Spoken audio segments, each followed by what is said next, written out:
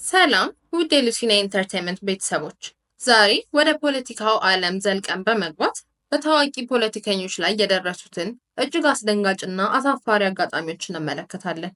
በህዝብ ጫማ ከመወርወር እስከ ፊት ላይ ቀለም መቀባት እንዲሁም በአህጉራት ላይ የሚውለበለቡ የሙስና ባነሮች ድረስ።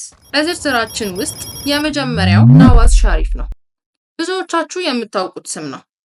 እሱ የፓኪስታን የቀድሞ ጠቅላይ ሚኒስትር ብቻ ሳይሆን ቤተሰቦቹም ለዓመታት በፓኪስታን ፖለቲካ ውስጥ በጥልቅ ስር ሰደዋል።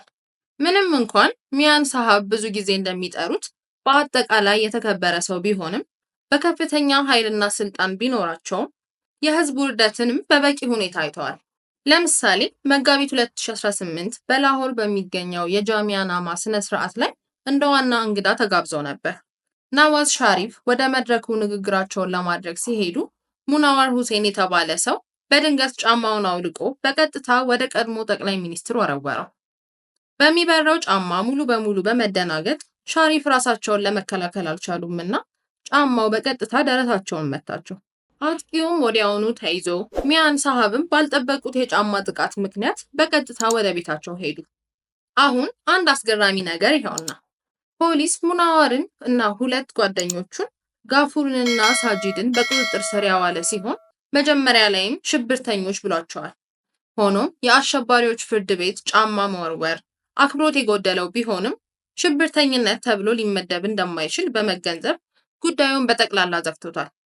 ሶስቱ ተከሳሾች ከዚያ በኋላ በፍትሐ ብሔር ፍርድ ቤት ቀርበው የ1000 ሩፒ ቅጣት በመክፈል ዋስ ተፈቅዶላቸዋል። ከዚህ እንግዳ ክስተት በኋላም ቢሆን የሚያን ሳሃብ ችግሮች አላበቁም። በለንደን ሲታዩ በየቦታው ሌባ ሌባ የሚል ጩኸት ይሰማ ነበር። እናም እዚያ የሚኖሩ ፓኪስታናውያን የውጭ ሀገር ዜጎችም ቤታቸው ፊት ተሰብስበው ክሶችንና ስድቦችን ያሰማሉ። ጥያቄው የሚነሳው በህዝብ ፊት ጫማ ከመወርወርና በውጭ ሀገር ያለማቋረጥ ሌባ ተብሎ ከመጠራት የበለጠ ምን አሳፋሪ ነገር ሊኖር ይችላል? ወደሚቀጥለው ስንሄድ ብዙዎቻችሁ የምታውቁትን ስም እናገኛለን።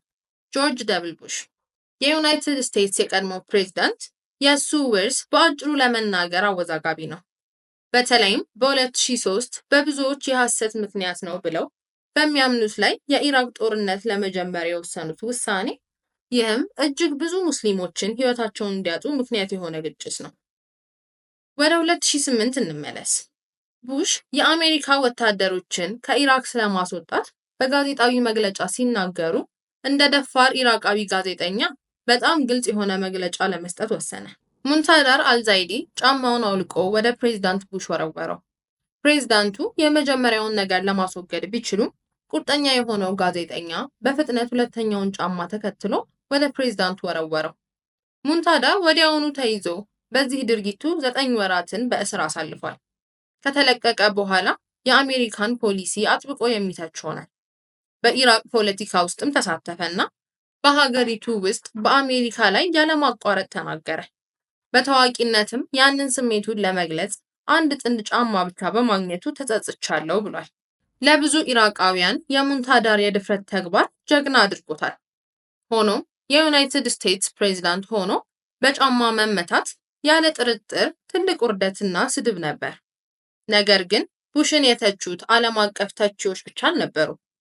ሚካኤል ፍሬዘር የተባለ አሜሪካዊ ወታደራዊ መኮንን በብዙ ሰዎች ፊት ጆርጅ ቡሽን በይፋ አጋልጦታል። የቀድሞ ፕሬዝዳንት በሐሰትን በመናገር በመቶ ሺዎች የሚቆጠሩ ሰዎችን እንዴት እንደገደሉና የኢራቅ ጦርነትን እንዴት እንዳስነሱ በዓለም አሳይቷል። ፍሬዘር ራሱ በ2003 ኢራቅ ውስጥ የተሰማራው ልዩ ኃይል መሪ ሆኖ መወሰኑ ምንም እንኳን የተሳሳተ ቢሆንም ግቡ የነበረው በኋላ ላይ ሙሉ ግጭት በፕሬዝዳንት ቡሽ የተሴረ ሴራ ላይ የተመሰረተ እንደሆነ እንደተረዳ ተናግሯል። ቡሽ ኢራቅን ለመወርወር እንዲቻል አሜሪካና ጦሯን ዋሽቷል፣ አታሏልም ተብሎ ተሰምቷል። የፖለቲካ አመለካከቱ ምንም ይሁን ምን፣ ይህ በእርግጥ የማይረሳና አሳፋሪ ጊዜ ነበር። የሚቀጥለው ታሪካችን የፓኪስታን ፖለቲካ ውስጥ ታዋቂ ሰው የሆነችውን ማርያም አውረንግዜብን ያሳያል። በአሁኑ ጊዜ የፑንጃብ ከፍተኛ ሚኒስትር ናት። ከፍተኛ ደረጃና ከፍተኛ ኃይል ቢኖራትም የፓኪስታን ሕዝብ ብዙውን ጊዜ በደካማ ቅጽል ስም ነው የሚያውቃት። ይህ ልዩ ቅጽል ስም በብዙ ፓኪስታናውያን ዘንድ ፊቷ ከድሮ የኖኪያ 1100 ቻርጀር ጋር በጣም ይመሳሰላል ከሚለው እምነት የመነጨ ነው። ነገር ግን የህዝብ ስድብ በዚያ አያበቃም። በመጋቢት 2021 በሙስና ተጠርጥራ በዱቄትና የስኳር ሌባ የሚሉ መፈክሮችን በመጮህ በህዝብ ተከባ ትንኮሳ ደርሶባታል። ከቅርብ ጊዜ ወዲህ ደግሞ ወደ ውጭ ሀገር ለጉብኝት ሄዳ ፓኪስታናውያን እዛ አይተዋት ማርያም በለንደን እየተዘዋወረች ሳለች ሰዎች እዚያ ተሰብስበው እንደገና ሌባ ሌባ እያሉ መጮህ ጀምረዋል። በሌላ ክስተት ደግሞ ለፖለቲካ ዘመቻቸው አስተዋጽኦ እያደረጉ የሚናገሩ ፓኪስታናውያን ሴቶች በመንገድ ላይ ሲሄዱ ከበዋቸውና በጣም ከባድ ንግግሮችን ተናግረዋቸውም ነበር። በአንዳንድ ዘገባዎች መሰረት በፓኪስታን የፖለቲካ ታሪክ ውስጥ እስካሁን ድረስ ማርያም አውረንግዜብ የደረሰባትን ያህል ብዙ የህዝብ ውርደትና ስድብ የደረሰባት ሴት የለችም። ምንም ይሁን ምን እነዚህ የህዝብ መሳለቂያ ጊዜያት ለማንኛውም ፖለቲካ አሳፋሪ የሚባሉ ናቸው።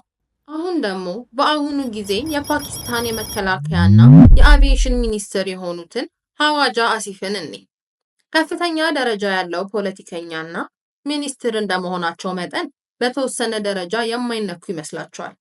ነገር ግን እንደምናውቀው የህዝብ አስተያየት ሲቀየር ሚኒስትሮችም ኢላማ ሊሆኑ ይችላሉ።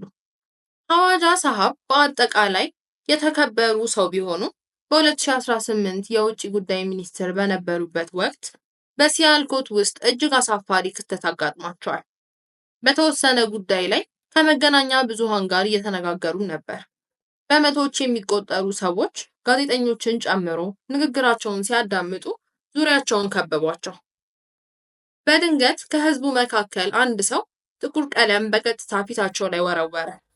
ዓላማው ግልጽ ነበር፤ በይፋ ማሳፈርና ማራከስ። ሙሉ የቀለም ጠርሙስ ፊታቸው ላይ ተረጭቶ ፊታቸው ብቻ ሳይሆን ልብሳቸውም በጥቁር ቀለም ተሸፈነ። ለዚህ ድርጊት ምክንያቱ ምን እንደሆነ ግልጽ አይደለም። ሆኖም በመቶዎች የሚቆጠሩ ሰዎችና በርካታ ካሜራዎች ፊትን መቀባት ለመንግስት ሚኒስቴር ይቅርና ለተራ ሰው እንኳን እጅግ ከፍተኛ ውርደትና ነውር ነው። ፈጻሚው ወዲያውኑ ተይዞ ነበር። ነገር ግን አሳፋሪው ጊዜ ለዘላለም በካሜራ ላይ ተቀርጾ በፖለቲካ ውስጥ ያለው የህዝብ አስተያየት ምን ያህል ተለዋዋጭ እንደሆነ የሚያሳይ አስደንጋጭ ማሳሰቢያ ሆኖ አገልግሏል። የሚቀጥለው በብርሃን ውስጥ ያለ ፖለቲከኛ ሻህባዝ ሻሪፍ ነው። እሱም በ2013 እስከ 2018 ለተወሰነ ጊዜ የፓኪስታን ዋና ሚኒስትር ሆኖ አገልግሏል። ይህንን ጠቃሚ ቦታ ለብዙ ዓመታት ቢይዝም ምናልባት የፓኪስታን ጠቅላይ ሚኒስትር ሆኖ ያገለገለበት ጊዜ በጣም ብዙ እውቅናን ያመጣለት ሊሆን ይችላል። በሚያሳዝን ሁኔታ ለሱ ይህ እውቅና በዋነኝነት በመስመር ላይ በሚሰራጩት ስፍር ቁጥር በሌላቸው ትውስታዎች መልክ መጥቷል። እነዚህ ትውስታዎች ብዙውን ጊዜ አስቂኝና አንዳንዴም ትችታዊ የሆኑ በጣም የተስፋፉ ከመሆናቸው የተነሳ አንድ ሰው ሰዓታት ሊያሳልፍባቸው ይችላል። በ2022 ሻህባዝ ሻሪፍ ወደ ቱርክ ጉዞ ጀመሩ። በዛ ባደረጉት ንግግር በሚያሳዝን ሁኔታ ከፍተኛ መሳለቂያ ሆኖና የሀገሪቱን ሰዎች ክብር በእጅጉ ጎድቷል። የሁኔታውን አስከፊነት በመጨመር የቱርኩን ፕሬዝዳንት ሬሲፕ ታይፕ ኤርዶጋንን በግዳጅ ሲያቅፉ ታይተዋል። እሱም ለዚህ አቅፍ ብዙም ፍላጎት የሌለው ይመስላል። ከዚያም በኤስሲኦ ጉባኤ ላይ ሻህባዝ ሻሪፍ በሩሲያው ቭላዲሚር ፑቲን ፊት ሌላ አስቂኝ ጊዜን በግዴለሽነት ፈጠሩ። በስብሰባቸው ወቅት የትርጉም የጆሮ ማዳመጫ ተሰጥቷቸው ነበር። ነገር ግን እንዴት እንደሚጠቀሙበት ግራ የተጋቡም ይመስሉ ነበር። ደጋግመው ያደርጉትና እሱም ደጋግመው ይልቅባቸው ነበር። የሩሲያው ፕሬዝዳንት ሳቃቸውን ለመቆጣጠር የተቻላቸውን ሁሉ ሲያደርጉ፣ እሳቸው ግን ክብራቸውን ለመሸጥ ቃል ገብተው የሄዱ ይመስሉ ነበር። ነገር ግን ውርደቱ በዚህ አላበቃም። በአሜሪካ የሚኖር አንድ ፓኪስታናዊ አንድ ይፋዊ ትርኢት አዘጋጅቷል። የሻህባዝ ሻሪፍ ፖስተሮች በሰፊው ለሚሰራጨው ትውስታ ማጣቀሻና ሌባ ሌባ የሚሉ አሳፋሪ መፈክሮች ተዘጋጅተዋል። እነዚህ ፖስተሮች ከዚያም በአሜሪካ ሁሉ ተለጥፈው ነበር። ሻህባዝ ሻሪፍን የማያውቁት እንኳን ምን ያህል አስቂኝ ሰው እንደሆነ እንዲያውቁ አድርጓል። እነዚህ ሰዎች ብዙ ውርደትን ካዩ በኋላ እንዴት መተኛት እንደሚችሉ በእውነት ይገርማል። እናም በታዋቂ ፖለቲከኞች ሕይወት ውስጥ በጣም አሳፋሪና የማይረሱ ጊዜያትን ተመልክተናል። እነዚህ ክስተቶች በታላቅ ኃይል ላይ ያሉ ሰዎችን እንኳን ከህዝብ ቁጥጥርና አንዳንድ ጊዜም ከከባድ ውርደት እንደማያመልጡ ማሳሰቢያ ይሆናሉ። ስለ እነዚህ ጊዜያትስ ምን ያስባሉ? የትኛው በጣም አስደንጋጭ ወይም አስቂኝ ሆኖ እንዳገኛችሁት ከታች በኮሜንት አሳውቁን። ላይክ እና ሰብስክራይብ ማድረግ እንዳትረሱ። በሌላ ቪዲዮ እስክንገናኝ መልካም ጊዜ